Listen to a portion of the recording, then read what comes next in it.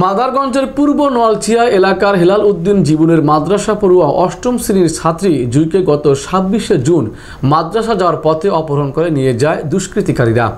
অপহরণের পর থেকেই অনেক খোঁজাখুঁজি করেন জুইয়ের পরিবার। বিভিন্নভাবে খোঁজাখুঁজির পরে অপহরণকারী দলের একজনের খোঁজ পাওয়া গেলে পরে মাদারগঞ্জ মডেল থানা পুলিশের সহযোগিতায় রনিক মিয়া নামে একজনকে আটক করতে সক্ষম হয়। আটককৃত আসামির জবানবন্দিতে ভিকটিমের বাবা হেলাল উদ্দিন জীবনবাদী হয়ে দেওয়ানগঞ্জের সাপমারি এলাকার মোবারক ফকির আলী রনি মিয়া সহ আরও অনেকজনকে অজ্ঞাতনামা আসামি করে মাদারগঞ্জ মডেল থানায় একটি অভিযোগ দায়ের করেন। মাদারগঞ্জ মডেল থানার ভারপ্রাপ্ত কর্মকর্তা অফিসার ইনচার্জ মাহমুদুল হাসান জানান, অভিযোগের ভিত্তিতে একজনকে আটক করা হয়েছে। ভিকটিমকে উদ্ধার সহ বাকি আসামিদের গ্রেপ্তারের প্রক্রিয়া চলমান রয়েছে। অপহরণ হওয়ার ৩ দিন পার হয়ে গেল, খোঁজ পাওয়া যায়নি জুইকে।